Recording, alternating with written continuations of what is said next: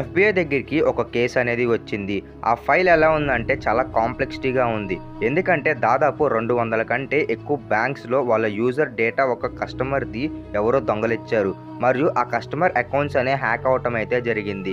దాదాపు కొన్ని $1,000,000 అనేవి డబ్బు అనేది లూటీ చేయటం అయితే జరిగింది.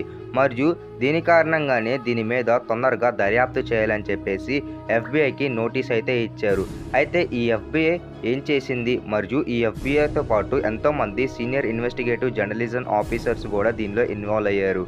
మరియు ఎంతోమంది చాలా హార్డ్ వర్క్ చేస్తే కానీ ఈ దొంగను ఎవరైతే ఉన్నారో వాళ్ళని పట్టుకోవటం అయితే జరగలేదు.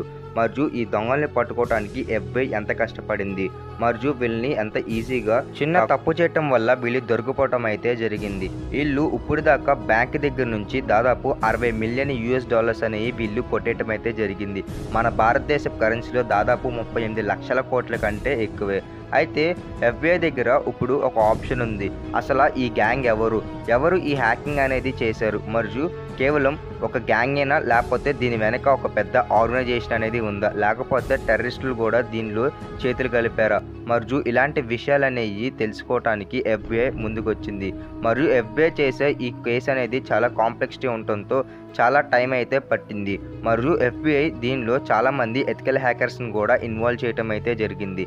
ఎందుకంటే ఇది మొత్తం హ్యాకింగ్ చేశారు కాబట్టి ఎఫ్బీఐకి కావాల్సిన రిసోర్స్ అనేది చాలా ఎక్కువగా ఉంది. హ్యాకర్స్ ఎప్పుడు తెలివిగా బ్యాంక్ని అటాక్ చేయకుండా డైరెక్ట్గా బ్యాంక్లో ఎవరైతే అకౌంట్ హోల్డర్స్ ఉన్నాయో వాళ్ళ డేటా ఒకరిని దొంగలీయటం అయితే జరిగింది. 2009 నుంచి ఈ హ్యాకింగ్ అనేది స్టార్ట్ అయింది మరియు దాదాపు 2011 దాకా ఈ హ్యాకింగ్ అనేది కొనసాగుతూనే ఉంది. ఈ హ్యాకింగ్ స్టోరీలో గమ్మత్తమైన విషయం ఏంటంటే ఈ హ్యాకింగ్లో మైక్రోసాఫ్ట్ కంపెనీ కూడా హ్యాక్ అవటం అయితే జరిగింది.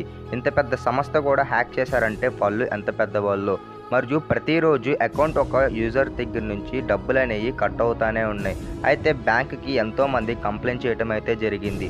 ముఖ్యంగా బిజినెస్ మెన్స్ మరియు కామన్ పీపుల్ దగ్గర నుంచి పొలిటీషియన్ దగ్గర నుంచి ఎక్కువ డబ్బులు అనేవి దోచుకోవటం అయితే జరిగింది. కేవలం ఒక వ్యక్తే ఇవన్నీ చేయాలంటే సాధ్యం కాదు. ఎందుకంటే ఇంతమంది హ్యాకర్స్ ఒక యూజర్స్ అనేవి డేటా దొంగలించాలంటే చాలా కష్టం అయితే పడుతుంది. ఎఫ్బీఐ ఫెడరల్ బ్యూరో ఏజెన్సీ మటుకు ఈ హ్యాకర్స్ కంటే ఒక అడుగు ముందుగానే ఉండాలి.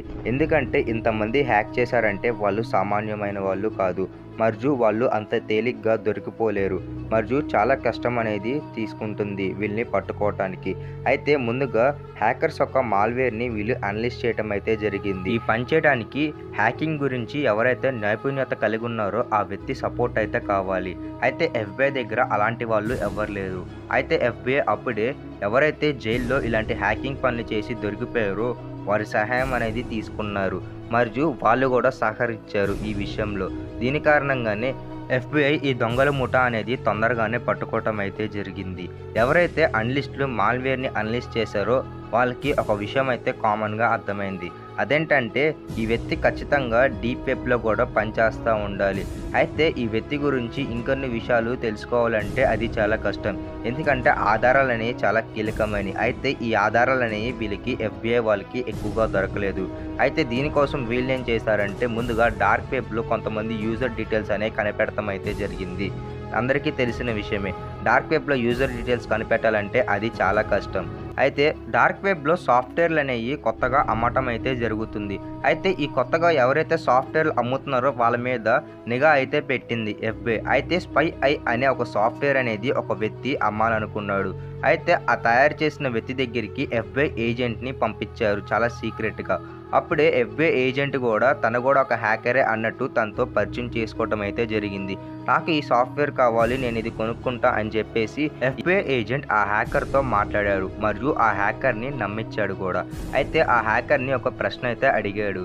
అదేంటంటే బ్యాంక్ అకౌంట్ హోల్డర్ కొంతమంది డీటెయిల్స్ అయితే నాకు కావాలని చెప్పేసి అతను కొన్ని బ్యాంకుల లిస్ట్ అయితే ఇచ్చాడు. ఎప్పుడైతే ఆ లిస్ట్ ఇచ్చాడో అవతల పక్కన్న హ్యాకర్ కూడా కొంత డేటా అనేది ఇవ్వటానికి ఒప్పుకున్నాడు. ఆ హ్యాకర్ ఇచ్చిన డేటా లిస్ట్ మరియు పోలీసుల దగ్గర ఉన్న డేటా లిస్ట్ ఎవరైతే డబ్బు అనేది కోల్పోయారో ఆ రెండు మ్యాచ్ అవటం అయితే జరిగింది పర్ఫెక్ట్ బ్యాంక్తో పాటుగా. అయితే అప్పుడే ఎఫ్బీఐ ఇతన్ని కలవాలనుకున్నారు. దీంతో అతను ఒక ట్రాప్ అయితే వేయటం జరిగింది. నేను నీతో కలవాలనుకుంటున్నాను అని చెప్పి అతనితో మాట్లాడతాడు. దీంతో ఆ హ్యాకర్ కూడా ఒప్పుకొని తనతో మాట్లాడటానికి వస్తాడు. ఇదే ఆ హ్యాకర్ చేసిన ఒక చిన్న తప్పులు చాలు అతను దొరికిపోవటానికి కారణమైనవి. అయితే ఎప్పుడైతే FBI ఏజెంట్ అతన్ని కలవటానికి వెళ్ళాడో అప్పుడు FBI ఏజెంట్ అతని మొహం చూడటం అయితే జరిగింది. ఆ హ్యాకర్కి ఎందుకో అనుమానం వచ్చింది. ఎందుకంటే ఇతను చూడటానికి కొంచెం పోలీస్ లాగా ఉన్నాడు. అయితే ఒక నిమిషం నేను ఇప్పుడే వస్తా అని చెప్పి పక్కకెళ్ళి అక్కడ నుంచి అతను ఎస్కేప్ అయిపోవటం అయితే జరిగింది. మరియు అతను దోచేసిన డబ్బు అనేది ఎక్కడ దాచిపెట్టాడో కూడా ఎవ్వరికీ తెలియదు. ఎన్నో రోజుల కఠోరమైన శ్రమ తర్వాత ఈ హ్యాకర్ దొరికాడు. అయితే ఈ హ్యాకర్ని FBI చేతులారా వదిలేసుకోవటం అయితే జరిగింది. అయితే ఈ హ్యాకర్ మొహం చూశారు కాబట్టి ఈ హ్యాకర్ డీటెయిల్స్ అనేవి ప్రతి దేశం వాళ్ళకి ఇవ్వటం అయితే జరిగింది. ఒకరోజు ఎవరైతే ఈ హ్యాకర్ ఉన్నాడో ఇతను తన భార్యతో కలిసి ఒక ట్రిప్ వెళ్ళటం అయితే జరిగింది. అయితే ఇతను ఎయిర్పోర్ట్లో ఒక చోట దిగినప్పుడు కనెక్టింగ్ ఫ్లైట్ కోసం వెయిట్ చేస్తున్నాడు.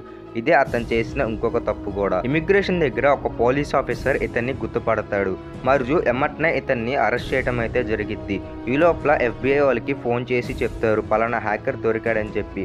దీంతో FBI వాళ్ళు కూడా కన్ఫర్మ్ చేసుకోవడానికి వస్తాడు. ఇలాగా ఆ హ్యాకర్ దొరికిపోవటం అయితే జరిగింది. FBI వాళ్ళు ఆ హ్యాకర్ని ఇంటరాగేషన్ అయితే చేయటం అయితే జరుగుతుంది. మీ నాయకుడు ఎవరు అని చెప్పి వాళ్ళని అడుగుతారు. ఎవరు లేరు అని చెప్తాడు. మరి మీ అందరు కలిసి ఇంతమంది అకౌంట్ హోల్డర్స్ యొక్క డేటా అనేది ఎలా హ్యాకింగ్ చేయటం అయితే జరిగింది అని చెప్పి వాళ్ళు అడుగుతారు. అప్పుడు అతను తిరిగి సమాధానం ఇస్తారు. ఎక్కువ మంది కాదు, కేవలం నేను ఒక్కడనే కష్టపడి వీళ్ళందరి అకౌంట్స్ అనే హ్యాకింగ్ చేయటం అయితే జరిగింది అంటాడు. మరియు ఈ మాట వినంగానే FBI ఏజెంట్స్ అందరి మైండ్ అనేది ఒక్కసారిగానే పోతుంది. ఎందుకంటే ఇన్ని లక్షల మంది అకౌంట్స్ అనేది కేవలం ఒక్కడే హ్యాక్ చేశాడంటే అదంత సులభమైంది కాదు. మరియు ఒక మైక్రోసాఫ్ట్ ఆర్గనైజేషన్ కూడా ఇతను హ్యాక్ చేయటం అయితే జరిగింది. అయితే ఇది చూసి పోలీసులు అందరూ చాలా షాక్ అయ్యారు. నువ్వు హ్యాకింగ్ అనేది ఎప్పటి నుంచి చేయటం మొదలు పెట్టావు అని అతన్ని అడిగితే నేను దాదాపు నా చిన్న వయసు నుంచే హ్యాకింగ్ అనేది నేర్చుకున్నాను. నాకు హ్యాకింగ్ అంటే చాలా ఇష్టం అని చెప్పి అతను చెప్పాడు. పోలీసులు దొరికినప్పుడు ఇతని వయసు కేవలం 20 సంవత్సరాలు మాత్రమే. చిన్న వయసు నుంచే ఇతను తన ఫ్రెండ్స్ ఫోన్స్ కూడా హ్యాకింగ్ చేయటం అయితే చేశాడు. మరియు ఇతనికి రష్యాలో ఒక ఫ్రెండ్ ఉన్నాడు. అతని సహాయం నేను తీసుకొని ఈ సాఫ్ట్వేర్ అనేది డెవలప్ చేశా అని అతను చెప్పాడు. మరియు ఆ ఫ్రెండ్ని కూడా పట్టుకొని అతన్ని జైలుకి తీసుకెళ్ళడం అయితే జరిగింది.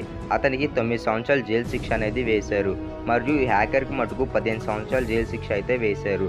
ఈ హ్యాకర్ పేరు వచ్చేసి హంజా. అయితే ఇతన్ని అందరు ఎక్కువగా హ్యాపీ హ్యాకర్ అని పిలుస్తూ ఉంటారు. ఇలా ఎందుకు పిలుస్తారంటే ఇతను దొరికిపోయినప్పుడు కూడా తన మొహం మీద నవ్వు అనేది పోలేదు. ఇతను ఎప్పుడు నవ్వుతానే ఉంటారు. అందుకే ఇతనికి హ్యాపీ హ్యాకర్ అని చెప్పి నిక్ నేమ్ అయితే పెడతాం అయితే జరిగింది. ఓకే ఫ్రెండ్స్, ఈ వీడియో నచ్చింది అనుకుంటున్నాను. మరియు నా ఆధారంగా కొంత ఇన్ఫర్మేషన్ అనేది మీకు తెలియని కొన్ని కొత్త విషయాలు తెలుసుకున్నారు అని నేను అనుకుంటున్నాను. వీడియో నచ్చితే ఒక లైక్ చేయండి, ఛానల్ని సబ్స్క్రైబ్ చేసుకుని పక్కన బెల్ ఐకాన్ని ఆన్ చేయండి. ఇలాంటి ఇంట్రెస్టింగ్ టాపిక్ వీడియోస్ అనేవి మన ఛానల్లో ఎన్నో ఉన్నాయి. ఒకసారి